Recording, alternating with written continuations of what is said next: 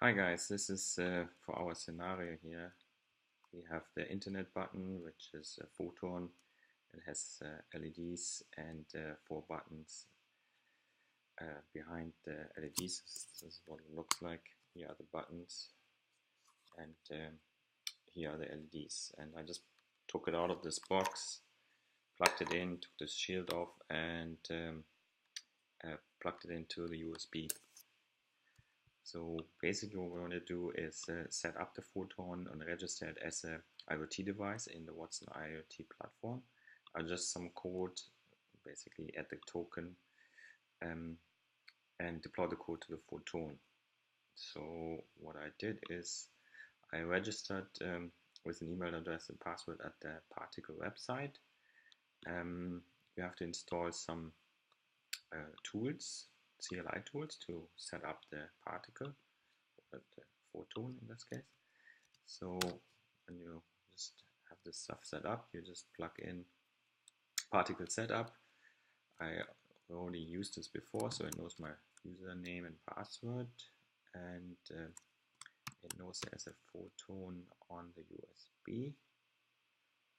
So the one thing you have to do is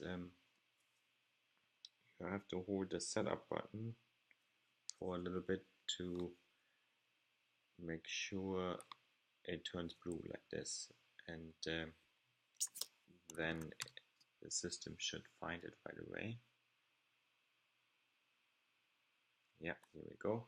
This is our Photon. So what happens, it's going to register it on the particle cloud, and so we can actually deploy code, and it sets it up also with the Wi-Fi connection. So here it scans the. So the one thing is missing, give us a name. Okay, we're going to call this Blinker T01, and that's it. So now we can go to the particle cloud, build.particle.io, log in with the user account. So that's our Blinker T1. And what we have to do now is we have to add some code. So in my GitHub, there is this code for, it's part of the car dashboard.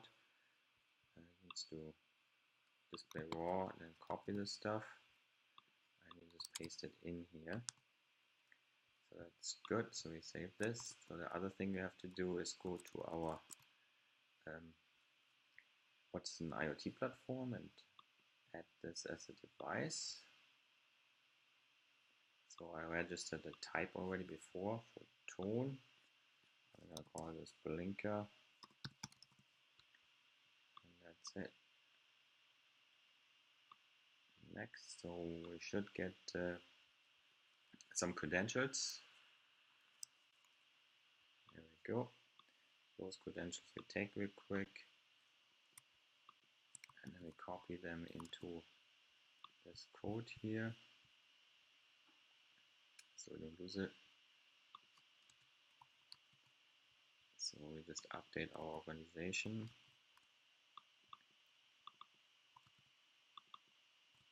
And update the core token. Okay, and save. So one thing we have to do is those includes, they're not part of my code which you pasted in, so we have to include them one more time here within the IDE. So the code we need is MQTT client. I will say include it up, and then the other one code we need is the internet button.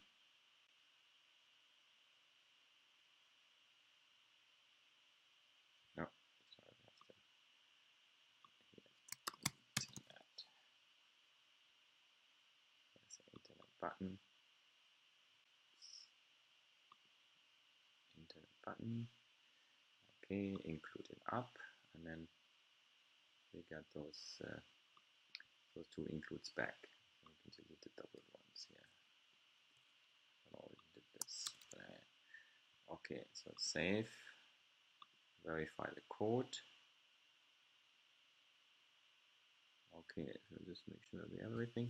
So what we do is, if it blinks magenta, it's already deployed, it's already connected to our Wi-Fi. So hopefully it goes back to, so now it seems to be connected based on the flash. If you have the Arduino environment installed, since my code actually prints out some serial connections information, debugging information, you can actually also real quick look at the serial monitor to see what's happening. It's very handy for debugging. So he's just publishing live messages. So we should see these scores also here on our device. So you see these messages coming in.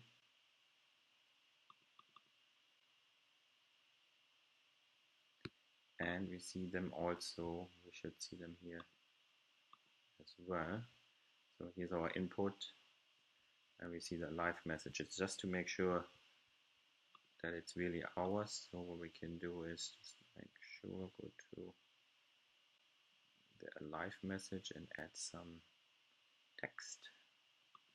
Let's say blinker T01, save, verify. Again, I just gonna do the same spiel again. It's gonna deploy the code here, and if early enough, we can also see the boot up. So it's ready, and so it's connected and subscribed. So messages should flow. So if we go here to our Node-RED, we should now get messages. Yeah, so it says T1, so it's really, and we can also check, we can actually send messages. So if I say right, so the lights go on, go left, left lights go on. So that's the setup. So the next step for us is basically hook this into our dashboard and bring it all together.